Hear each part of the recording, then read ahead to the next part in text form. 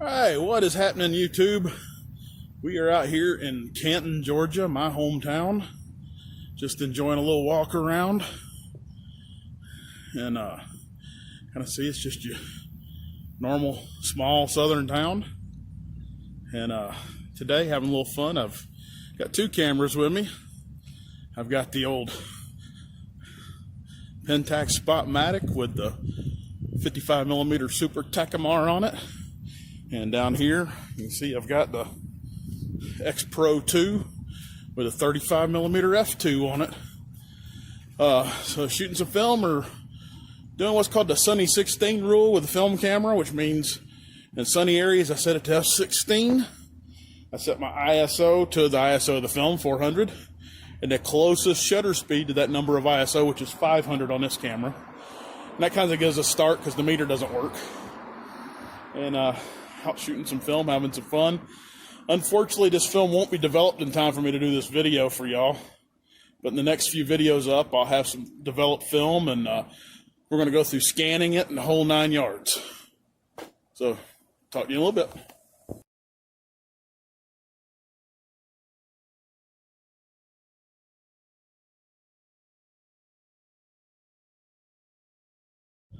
So, with the sunny 16 rule, what happens if you walk into the shade?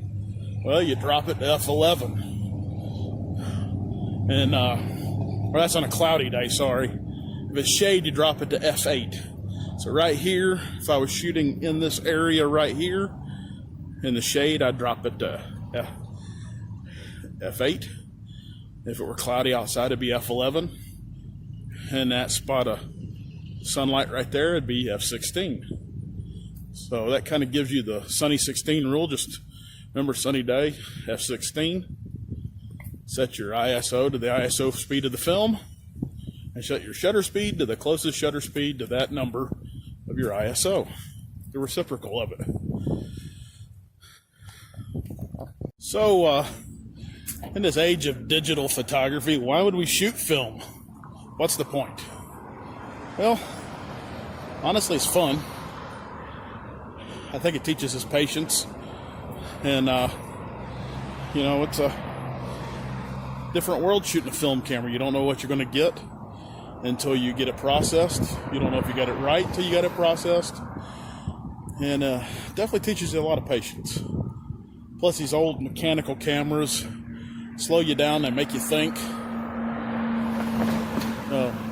That's some of the reasons I enjoy it. You know, I enjoy the digital too. Sorry about the bouncing around here.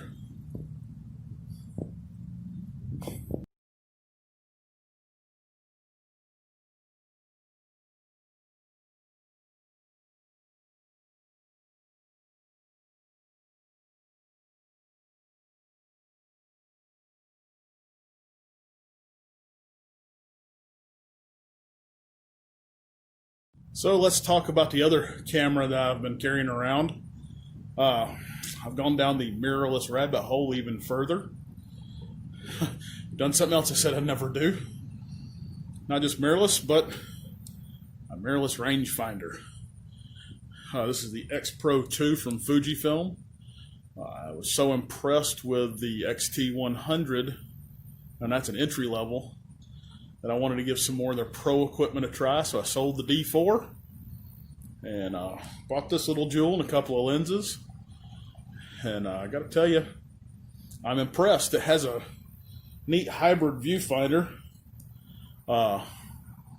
Being it's a rangefinder, as you can see, the viewfinder's off to the side, and this one's optical and an EVF. So you can either have an optical where you're seeing through the lens, which is pretty cool. Lets you see outside the frame too, because you got frame lines in there.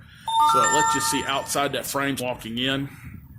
The other cool thing is the EVF gives you an exact viewing of what the final image is going to look like. So you get to see the depth of field, you get to see how dark or light it is with the exposure. So pretty cool stuff.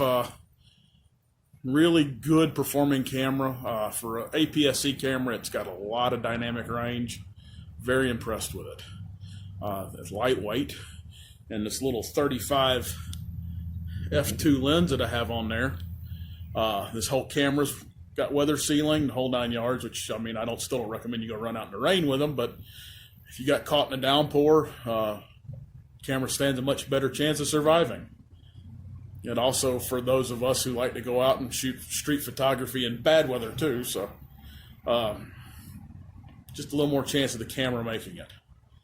So enjoying 2 cameras at once today. You're going to see more of the X Pro. You're going to see more film photography. I plan on moving into a little bit of medium format soon, and taking you on that journey too. Kind of the same idea as 35 millimeter and how we're going to set it up and all. But recommend get out and shoot. If you've been shooting digital for a while, go find you one of these. For $100, you can get an old mechanical camera that's tough as nails. I mean, this one's 60 years old nearly. And end up with a camera that works no matter what, as long as you know how to set it and make it happen, and it'll teach you a lot about photography. It's going to slow you down. It's going to make you think about your settings and how they work together. So I definitely recommend that. The other I recommend is, guys, not just Nikon. You know, I've always been a Nikon guy, but these Fujifilm cameras, these things are incredible. Yeah, I really recommend you looking into that system too. I'm really enjoying playing with it. It's real joy to have nice, lightweight, good performing cameras that really get the job done. So y'all have fun, get your gear out.